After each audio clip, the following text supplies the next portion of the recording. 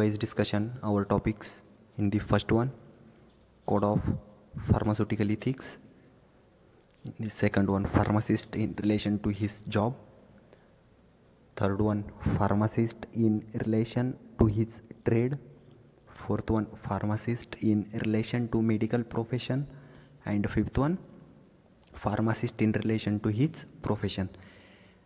Today I have discussed the first topic of code of pharmaceutical ethics. First one, आपण ethics and law means what त्याची definition आपण बघूया. Laws means set of rules and regulation, statutory bindings, broken of laws in this fine or imprisonment. And next one, mandatory restrictions in the prevent one from causing injury to another. Means law means set of rules and regulation, means नियम आणि त्या नियमांचे जे आपण set करतो, जे नियमांचे जे पालन करतो आपण, ते पालन करण्याचे जे ऑर्डर देतो किंवा देण्यात येते त्याला लॉज असे म्हणतात. The second one, statutory bindings means आपण त्याला वैधानिक बंधन असे म्हणतो मराठीमध्ये. थर्ड वन आहे broken of laws, fine or imprisonment means मोडलेले जे कायदे असतात किंवा जे दंड किंवा तुरुंगवास होतो फार्मासिस्टला, ते काय शिक्षा झाली पाहिजे त्याला त्यामध्ये ते दिलेलं आहे याचं. In this broken of laws, fine or imprisonment. Next one आहे mandatory restrictions in this prevent one from causing injury to another. Means एखाद्याला समजा दुसऱ्या दुखापत झाली कोणाला किंवा एखाद्याला आजारापासून प्रतिबंधित करायचं यामध्ये हे सांगितलं आहे. नेक्स्ट वन आपण बघणार आहोत ethics means what. It is the moral binding on individual conduct, behavior and character. Second one, no mandatory restrictions. And third one, moral principles and regulate working. Means moral binding on the individual conduct, behavior and character. Means ज्या व्यक्तींवर आपण नैतिक संबंध असले पाहिजे, ज्या व्यक्तींमध्ये नैतिक संबंध असले पाहिजे त्यामध्ये त्यांचे आचरण, वर्तन आणि चरित्र हे कसे असले पाहिजे हे यामध्ये सांगितले आहे. सेकंड वन आहे नॉट मॅन्डेटरी रिस्ट्रिक्शन्स मीन्स त्यावर अनिवार्य बंधन नसले पाहिजे किंवा नसते असे यामध्ये सांगितले आहे. अँड थर्ड वन आहे moral principles in regulate working. म्हणजे जे नैतिक तत्त्वे आहेत त्यामध्ये दिले आहे, त्याचे कामकाज जे फार्मासिस्टने नियमितपणे करावे आणि रेग्युलेट करावे, दररोजच्या दररोज ते काम जे असेल त्याचं ते त्याने पूर्ण करावे असे यामध्ये सांगितले आहे. आपण आता मेन पॉईंटला स्टार्ट करूया. इन दिस फर्स्ट वन आहे pharmaceutical code of ethics. Code of pharmaceutical ethics त्यालाच आपण मराठीमध्ये म्हणतो की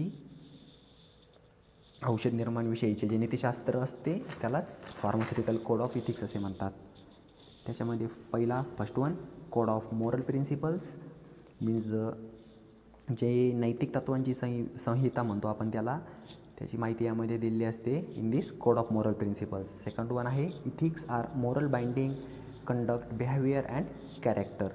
मीन्स नीतिशास्त्र हे नैतिक आणि बंधनकारक आहे किंवा असते आणि त्यामध्ये दिले आहे त्यांचे काय नैतिकता असली पाहिजे त्याच्यामध्ये किंवा त्यांच्यामध्ये संहिता काय असली पाहिजे. इन दिस फर्स्ट वन आचरण, वर्तन अँड वर्ण आपण त्याला असे म्हणतो. नेक्स्ट पॉईंट आहे इन्शुअर्स मीन्स खात्री करून घेणे किंवा खात्री करणे. In this services to public develops new standards and status to the profession. जे नवीन सार्वजनिक सेवा किंवा नवीन मानक विकास जे तयार केले जातात किंवा मानक जे आपण म्हणतो विकसित केले जातात आणि व्यवसायाची स्थिती जाणून घेतली जाते. यामध्ये प्रोफेशनची काय प्रोफेशन असलं पाहिजे फार्मासिस्टचं ते, आणि त्यामध्ये काही न्यू स्टँडर्ड स्टेटस कसं असलं पाहिजे हे यामध्ये सांगितले आहे त्यांचं. नेक्स्ट वन बघणार आहोत आपण pharmacist in relation to his job. Second point आहे pharmaceutical relation to his job. In this first one pharmaceutical services. तर फार्मास्युटिकल सर्व्हिसेस काय असले पाहिजे यामध्ये फार्मासिस्ट रिलेशनच्या जॉबमध्ये ते यामध्ये सांगितलं आहे. In this first one efficient and compressive services. And second one आहे सप्लाय कॉमन मेडिकामेंट्स. आणि फर्स्ट वन काय इफिशियंट अँड कॉम्प्रेन्सिव्ह सर्व्हिसेस म्हणजे काय, कार्यक्षम आणि सर्वसामान्य ज्या सेवा असतात ते म्हणजे efficient and comprehensive services. Second one आहे सप्लाय कॉमन मेडिकामेंट्स. मीन्स सामान्य जे मेडिसिन असते आपले लोकल मेडिसिनचा जो सप्लाय असतो त्याला सप्लाय कॉमन मेडिकामेंट्स असे म्हणले जाते. इन दिस तोच पॉईंट आहे pharmacist in relation to his job. त्याच्यामध्ये आहे फार्मसी सेकंड. फार्मसी म्हणजे काय नेमकं त्याचं यामध्ये दिलेलं आहे. त्याचं प्रोफेशन काय असलं पाहिजे, कॅरेक्टर काय असलं पाहिजे फार्मासिस्टचं. It is the premises of pharmacy reflect professional character. Second one आहे प्रिकॉशन, त्याची काय असली पाहिजे त्यामध्ये, errors during dispensing supply. And third one prevent the accidental contamination. And last one pharmacy personal control of pharmacist. त्यामुळे step by step बघूया. First one आहे premises of pharmacy reflect professional character. म्हणजे फार्मसीचे परिसर किंवा एन्व्हायरमेंट म्हणतो आपण ते कसे असले पाहिजे त्यामध्ये दिले आहे त्यांनी. ते व्यावसायिक वर्ण प्रतिबंधित करणे. त्यामध्ये व्यावसायिक जे वर्ण असतात ते प्रतिबंधित केले जातात यामध्ये. आणि सेकंड वन आहे प्रिकॉशन, त्याची खबरदारी म्हणजे काळजी आपण म्हणतो त्याची कशी गेली पाहिजे, प्रिकॉशन कशी घेतली पाहिजे. एरर्स ड्युरिंग डिस्पेन्सिंग सप्लाय, काही वितरण जे आपण सप्लाय करतो मेडिसिन सप्लाय करताना किंवा एखादा आपण ड्रग सप्लाय करतो पेशंटला किंवा काहीतरी अनदर पर्सनला आपण सप्लाय करत आहोत याच्या ड्रगच्या रिलेटेड, त्याचं जे आपण सप्लाय करताना येणाऱ्या ज्या प्रॉब्लेम्स असतात, ज्या अडचणी असतात, in this the point are precaution in errors during the dispensing supply. Next one आहे प्रिव्हेंट ॲक्सिडेंटल कॉन्टॉमिनेशन, म्हणजे अपघाती दूषण रोखणे आपण त्याला म्हणतो, prevent the accidental contamination. And last one आहे pharmacy in personal control of pharmacist. फार्मासिस्टने वैयक्तिक स्वतःवर नियंत्रण ठेवलं पाहिजे. जे आपण अनदर पर्सनला किंवा पेशंटला आपण गोळ्या देतो, समजा टॅबलेट वगैरे देतो, ते काळजीपूर्वक दिल्या पाहिजे. काळजीपूर्वक आपण ते पेशंटला दिलं पाहिजे आणि स्वतःवर वैयक्तिक नियंत्रण ठेवलं पाहिजे असे यामध्ये सांगितले आहे. नेक्स्ट पॉईंट आहे त्यामधलाच pharmacist in relation to his जॉबमध्ये third one handling of prescription. In this first one discussion or comment merits demerits and therapeutic efficacy. Means त्याची चर्चा किंवा कमेंट्स त्यामध्ये दिले आहे. गुणवत्तेची क्षमता कमी करणे. काय मेरिट्स म्हणजे गुणवत्तेची क्षमता कमी करणे. सेकंड वन आहे त्यामध्ये इट इज दी एक्सप्रेशन, आपण त्याला एक्सप्रेशन म्हणतो, अभिव्यक्ती असे म्हणतो त्याला. त्याचं एक्सप्रेशन कसं असलं पाहिजे, पेशंटची बिहेव करताना बिहेवियर कसं असलं पाहिजे, त्याचं एक्सप्रेशन कसं असलं पाहिजे, तो समोरच्या व्यक्तीशी कसा बोलला पाहिजे, कसं रिॲक्ट केलं पाहिजे. In this the explanation are in expression. Third one आहे क्वायरीज, म्हणजे चौकशी, त्याला आपण क्वायरी म्हणतो. In this answer cautiously, means त्याने सावधानपणे समोरच्या व्यक्तीला उत्तर दिलं पाहिजे किंवा जबाबदारीने त्याची कामं पार पाडली पाहिजे असे यामध्ये सांगितलं आहे. नेक्स्ट वन आहे permission of prescriber. In this add omit or substitute.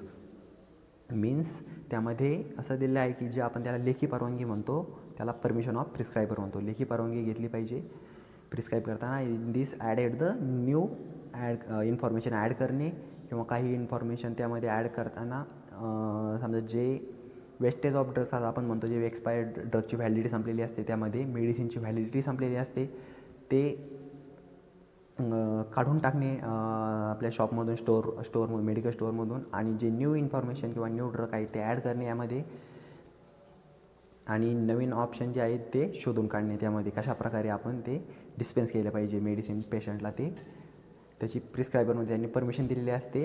In this added the 3 points add omit or substitute. Next one आहे करेक्शन, म्हणजे ज्याच्या चुका दुरुस्त करणे. कशा चुका नाही केल्या पाहिजे फार्मासिस्टने किंवा ज्या केलेल्या चुका आहेत त्या कशा दुरुस्त केल्या पाहिजे याची इन्फॉर्मेशन यामध्ये दिलेली आहे. त्यामध्ये आहे प्रिस्क्रिप्शन रेफर्ड बॅक टू प्रिस्क्रायबर, म्हणजे प्रिस्क्रायबरचे जे इन्स्ट्रक्शन किंवा त्याचे जे इन्स्ट्रक्शन आहेत त्या सूचनांचे पालन केले पाहिजे फार्मासिस्टने असे यामध्ये सांगितले आहे. अँड फॉलो इन्स्ट्रक्शन ऑफ प्रिस्क्रायबरचे जे इन्स्ट्रक्शन असतील त्या फार्मासिस्टने फॉलो केल्या पाहिजे. In this next point handling of drug कसा हँडल केला पाहिजे किंवा ड्रग कसा यूज केले पाहिजे, म्हणजे यामध्ये फार्मासिस्टने कशी जबाबदारी घेतली पाहिजे तिथं यामध्ये त्याची इन्फॉर्मेशन दिलेली आहे. In this first one drug and medicines of standard quality. Second one supply of spurious substandard preparations. And third one आहे almost care during dispensing. In the first one बघूया आपण, drug and medicines of standard quality. औषधे हे गुणवत्तापूर्ण असले पाहिजे आणि effective असले पाहिजे, ते त्याचा काहीतरी इफेक्ट झाला पाहिजे अशी मेडिसिन्स हे फार्मासिस्टने मेडिकलमध्ये स्टोअर केलेली पाहिजे. सेकंड वन आहे, आणि ते स्टँडर्ड क्वालिटीचे असले पाहिजे जे मेडिसिन आहेत ते डुप्लिकेट नको आहेत. आणि second one, supply of spurious substandard preparations, म्हणजे आपण त्याला उत्तेजक पुरवठा म्हणतो, उत्तेजक पुरवठा पाहिजे त्यामध्ये ड्रगचा, म्हणजे इमर्जन्सी ड्रगसुद्धा त्याने स्टोअर केलेले पाहिजे असे यामध्ये सांगितले आहे. आणि ते ड्रग कसे डिस्पेन्स करायचे याची तयारी फार्मासिस्टची पाहिजे, म्हणजे ते ड्रग वगैरे जे असतात ते कसे पेशंटला द्यायचे, ते कशा प्रकारे द्यायचे, हे पूर्ण याची जी इन्फॉर्मेशन आहे तिने फार्मासिस्टने पेशंटला सांगितले पाहिजे. आणि ते जे प्रिपरेशन आहे ते सबस्टँडर्ड प्रिपरेशन असले पाहिजे असे यामध्ये सांगितले आहे.